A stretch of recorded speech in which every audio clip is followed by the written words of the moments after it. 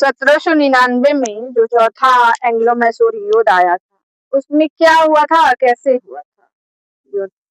1799 में चौथा एंग्लो मैसूर युद्ध लाया, जो कि सेरिंगापट्टम की घेराबंदी किया गया।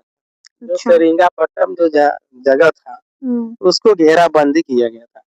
5 अप्रैल से 4 मई 1799 के बीच ब्रिटिश ईस्ट इंडिया कंपनी और टीपू सुल्तान के नेतृत्व वाले मैसूर साम्राज्य के बीच चौथा एंग्लो मैसूर युद्ध हुआ, जिसका युद्ध का मतलब ये अंतिम टकराव रहा था। जो एंग्लो मैसूर युद्ध रहा, इसको अंतिम रूप से टकराव के रूप में माना जाता है। इसके बाद मैसूर युद्ध समाप्त हो गया था। अंतिम टकराव था, जिसने अपने पिता की मृत्यु के बाद शासन किया था। जो टीपू सुल्तान थे, अपने पिता के मृत्यु के बाद शासन किया था, जहांगीर के मृत्यु के बाद। ब्रिटिश ने सहयोगी निजाम अली खान, ब्रिटिश के जो सहयोगी था निजाम अली खान, हैदराबाद के दूसरे निजाम और मराठा साम्राज्य के साथ मिलकर सेरिंगापट्टम के किलों की दीवारों को तोड़कर, जो सेरिंगापट्टम के जो किला था उसका दीवार को तोड़ दिया गया। मतलब हैदराबाद के निजाम के साथ मिलकर के और मराठा साम्राज्य दोनों के साथ मिलकर के सेरिंगापट्टम के दीवार को तोड़ करके उस पर आक्रमण किया गया और गढ़ पर धावा बोलकर निर्णायक विजय प्राप्त कर, यानी कि बलपूर्वक बाहरी दबाव और अपने सेना के टुकड़ों के साथ जा करके तोड़ करके वहां पर विजय प्राप्त किया, धावा बोल करके अपना युद्ध जीत गए।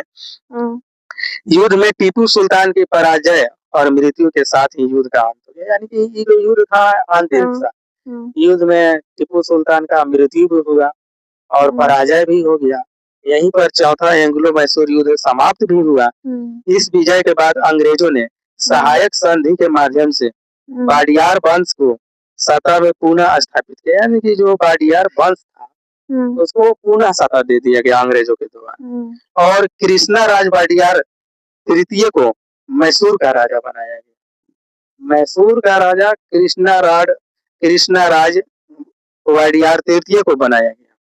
हालांकि उन्होंने राज्य के बाहरी मामलों पर अप्रत्यक्ष नियंत्रण, यानी कि ब्रिटिश सर्वोच्चता बनाए रखा था, जो कि राज्य उसका जो क्षेत्राधिकार था उससे बाहर के जितना भी क्षेत्र अधिकार होता था उस पर ब्रिटिश सर्वोच्चता को बनाए रखता था। यानी कि जो आंतरिक मामलों, बाहरी मामलों पर जो भी था वो अप्रत्यक्ष रूप से, मतलब पूरी प्रत्यक्ष रूप से अपने द्वारा कि मैं वहाँ मेरा एरिया से बाहर अगर कुछ हो रहा है तो मैं निर्णय लूं, वैसा निर्णय नहीं रख रहा था।